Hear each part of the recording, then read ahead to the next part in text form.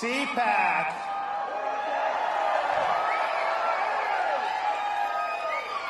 Let me welcome you to the freest state in these United States.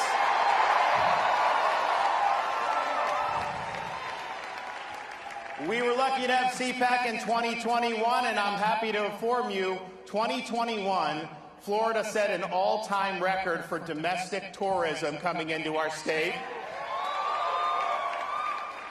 And those record numbers include a number of lockdown politicians who lock down their own people, restrict their own people, mandate governors, mayors, big TV hosts. They criticize Florida, and the first chance they get, what do? They escape to freedom in the state of Florida. And why do even these biggest critics and lockdowners come to Florida? Well, I think it's simple. From the very beginning, we refused to let this state descend into some type of Faucian dystopia where people's freedoms are curtailed and their livelihoods are destroyed. We protected people's rights. We protected people's jobs. We protected small businesses, and we made sure that every kid in the state of Florida had an opportunity to go to school in person 5 days a week.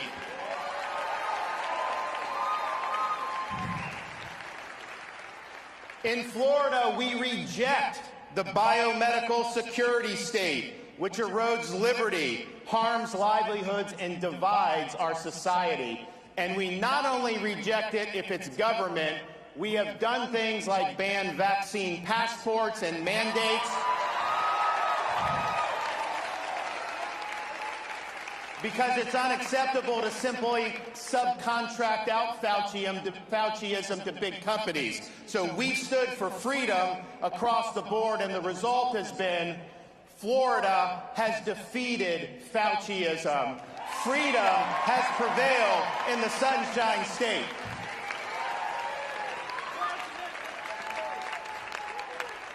And Florida led when it counted. We led early on when the weight of the world was coming, bearing down on our shoulders. Everything we did, we were taking incoming. I remember the summer of 2020. We had the kids saying, you got to go have the kids in school. The teachers' unions, they would put coffins outside the Department of Education building in Tallahassee. They sued me to close the school. But we stood strong, and part of the reason we stood strong because we understand what it means to be a leader. Not just be a politician that twists in the wind, but be willing to make the tough decisions. I look back at President Eisenhower's farewell address. Many of you remember it because he warned about the military-industrial complex. That was smart. He was right. But if you read that speech, he also warned about the dangers of a rising scientific and technological elite. Government was funding more scientific research, and he said when that happens, there's a danger that public policy can be held captive by this scientific elite. And he said, the job of the statesman is not to subcontract out your policy to health bureaucrats or other type of bureaucrats. The job of the statesman is to lead, to take all the interests in society and make sure you're doing what's in the public good. So many governors over the last 2 years would simply defer to health bureaucrats because it was a safe thing to do politically. If things went bad, they can say, hey, the bureaucrats told me I had to do this. Yeah, you lost your job. Sorry, your business is done. The kids are locked out of school, but they're telling me I have to do this. That is not what we did in Florida. And we did it when it wasn't popular. We did it when we were taking fire. And we did it because my duty is to stand up and protect the freedoms and the jobs of the people I represent. And if that puts me in political jeopardy, then so be it. I will stand with them. I'm not going to try to protect my own hide.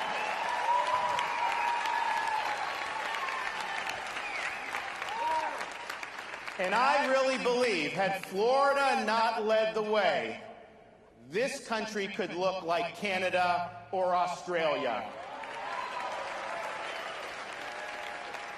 We sometimes take freedom for granted. You should not do that after the last 2 years. It is contested The left does not want to honor our freedoms, and we have a responsibility to fight back on all fronts. People are coming to Florida because they want freedom. Even our critics are doing it, but I can tell you there's one fella that just hates Florida, and his name is Joe Biden. He's always criticizing us, always trying to take potshots at Florida. He does things like take our medication. He stiffs storm victims of relief just because he doesn't like the governor. He doesn't like Florida, and he doesn't like me because we stand up to him. That's why he doesn't like us.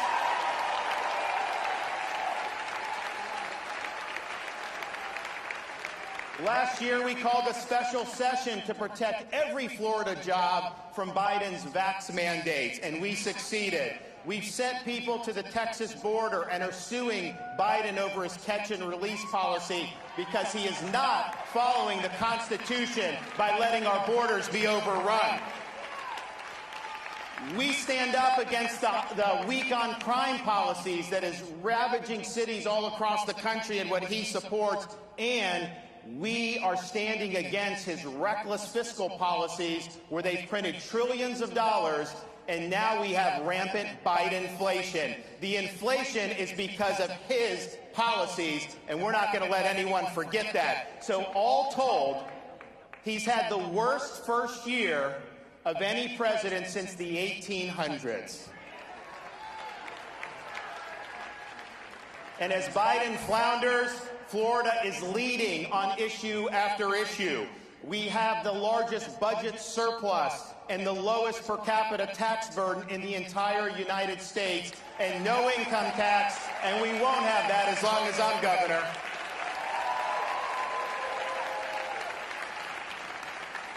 When I became governor, Florida had the most liberal state Supreme Court in the country. I've replaced 3 liberal justices with conservative justices. We now have the most conservative Supreme Court in the country.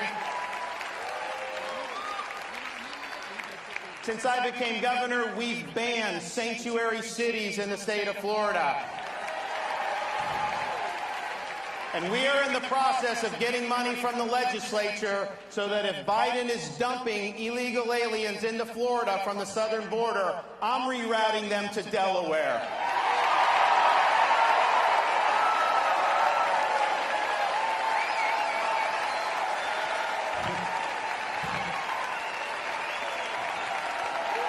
We'll do some in D.C. and Hollywood as well.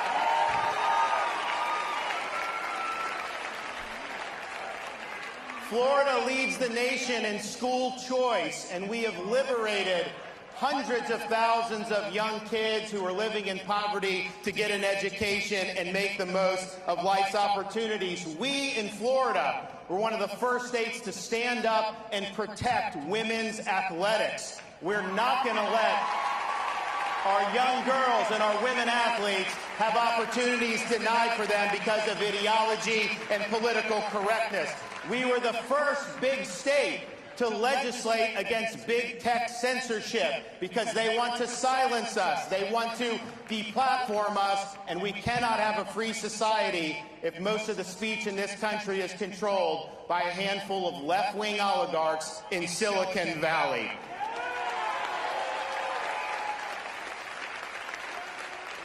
We are a law and order state in the state of Florida. We reject weak on crime policies. We reject Soros-funded prosecutors. And we have said, after the 2020 summer riots, we called up the National Guard here immediately. We had law enforcement. We said we are not letting Florida cities burn down, and we didn't. But we've also since then signed the strongest anti-rioting legislation in the country, which says we will not let local governments defund the men and women of law enforcement and put their citizens at risk. And if you riot in the state of Florida, if you loot, if you are engaged in mob violence, this is not going to be like Portland, where they arrest you, take your mugshot, slap you on the wrist, and put you right back on the street to do it again. No, in Florida, you're not getting a slap on the wrist. You are getting the inside of a jail cell.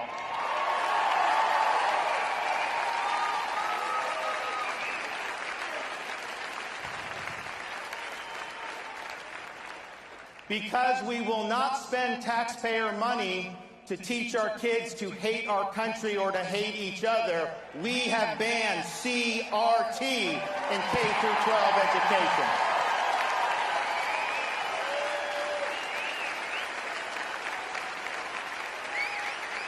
And instead, we have the most robust civics education anywhere in the country. We're going to have citizenship exams for graduating seniors, and we're giving teachers the opportunity to go through a civics boot camp and get a $3,000 bonus. Yes, we're against CRT, but what are we for? I'm for the Constitution. I'm for the Bill of Rights, and we need to have our young people understand what that means.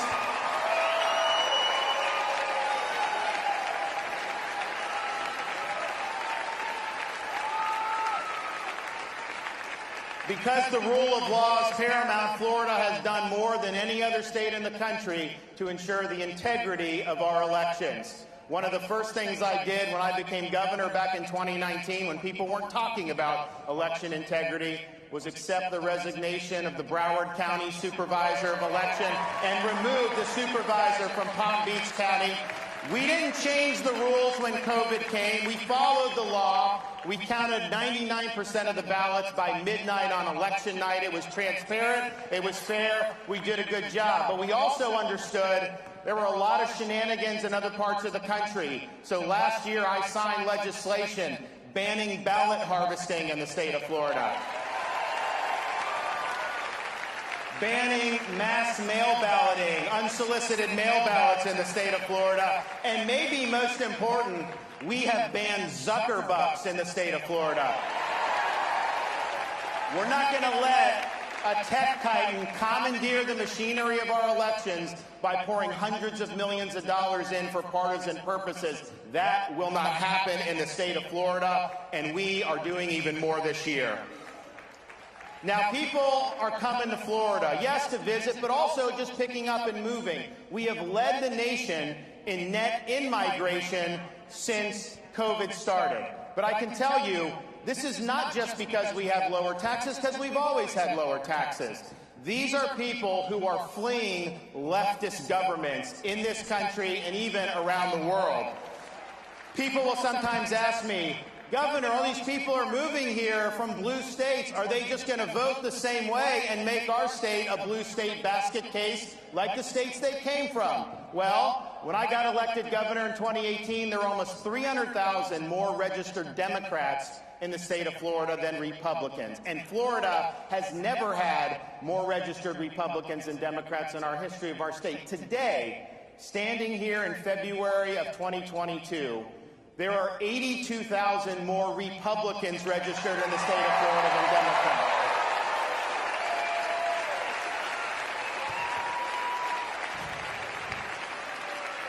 And it's not just people coming from blue states. There are people that look to Florida as the citadel of freedom who are chafing under authoritarian rule all across the world. I recently got a letter from Samuel from Australia, and he said, quote, "There isn't much hope right now here, and many of us are fearful of what our leaders have in store for us. I look to you and your great state of Florida for hope during this dark time. Thank you for standing up for us." And we have done that. Canadians are writing in, Australia, Europe, you name it. And I think they understand what the stakes are, and they look to us of what protecting freedoms a lot means. And I think about what the left's trying to do. I got into politics about 10 years ago. I ran for Congress. I had never been involved. And my mission was largely to stop Barack Obama, who was president at the time. I even wrote a book, which was read by about a dozen people, that talked about some of the problems, how it was not consistent with the values that the country was founded on. And I stand by that. Those were good fights, important fights. But I got to tell you, I look back at that time, it almost seems a little quaint to me, because the threats we face to freedom, the threats we face to a just society are much more pervasive than they were just 10 years ago. I mean, think of what the left wants to do. What are their political aims? If they had just elected a couple more U.S. senators, they were going to pack the U.S. Supreme Court. They were going to make D.C. a state so they'd have 2 radical left-wing Democrat senators for life. They were going to abolish the Electoral College so California could elect the president, and they wanted to federalize fraudulent ballot practices. Now, say what you want about that. That is not an agenda that very many American families are sitting across the dinner table from each other saying, oh, man, I wish we could make D.C. a state, or I wish we could pack the Supreme Court. No, that's not what people have on their mind. They're concerned about gas prices, crime, the border, all the disorder around the world. That's what they're concerned about. They're doing that, though. The left wants to do that because their goal is not to make our country great. It's to marginalize the conservative half of the country. They want us to be powerless. They want us to be voiceless. They want us to be second-class citizens. And what are these ideological aims? The woke is the new religion of the left. And this is what they have in mind. That's why they want CRT, because they want to divide the country. That's why they remove statues of Thomas Jefferson and Abraham Lincoln and Teddy Roosevelt, take George Washington's name off schools, because they want to erase that history. They want to delegitimize our founding institutions, and they want to replace that with their left-wing ideology as the foundational principles of our modern-day society. Wokeism is a form of cultural Marxism. It is not just about raising taxes or bad economic policy. It's about tearing at the fabric of our society and trying to replace it with something that will be much, much more sinister. And the problem that we face as conservatives is a lot of major institutions in our country have become infected with this woke virus. You look at academia. Do we even need to discuss that? Their main objective now is to impose an ideological worldview on the people that come through their universities. You look at corporate America. They're mentioning it. They're opposing voter ID. Many of them make a lot of money from Chinese slave labor, but they don't want voter ID in the United States. So they are engaging in woke activism. You look at our bureaucracy and how totally off the rails they have become in many different agencies. And it's not just limited to people like Fauci. You have it across the board where this has become a major behemoth. You look at the corrupt and dishonest legacy media in this country and what they're doing to divide us and what they're doing to prop up the regime. They are not in the business of telling the truth. They're in the business of spinning partisan narratives to be able to benefit their side. They don't speak truth to power. They're defending the regime in power. And if you speak up, they come after you. They'll smear you. They'll defame you. All they do day after day is concoct a blizzard of lies to try to deceive the American people. And make no mistake, that's going to intensify leading up to November. They're going to try to do anything they can to relieve the blame off Biden and to try to fool the American people into keeping Democrats in office. We're not going to let them do it, but that's what we're facing. And then maybe to top it off, you have big tech. Big tech is now the #1 institution for censorship in this country. They are working with the legacy media. They're working with the Biden regime to try to marginalize conservative voices. Anyone that dissents from their orthodoxy is a target. And so this is significant stuff. This is freedom that's being, on all different fronts, that's coming under assault. And so here's where we're at. When you have a society that's veering away from the truth, anybody that stands up and speaks the truth will come under fire. That is going to happen. And so in times like these, there is no substitute for courage. Having the courage to stand up against things like cancel culture, having the courage to reject corporate media narratives, having the courage to take on institutions like big tech, having the courage to stand in the way of the Brandon administration.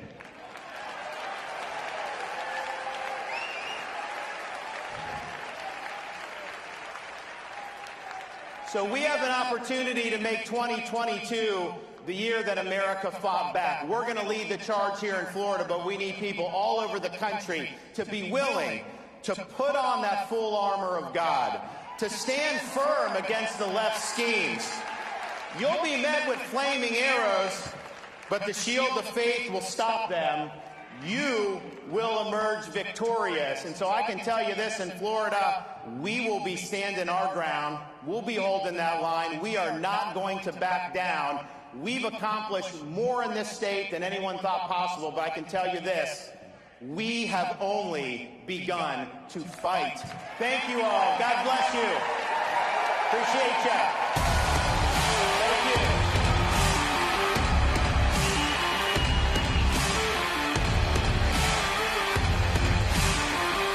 If you enjoyed this video, hit like and subscribe to our channel so you'll be sure to see similar videos from Blaze TV with the added bonus of signaling YouTube that your voice and opinion still matters. And if you're looking for more great conservative content, check out one of the 2 videos suggested here.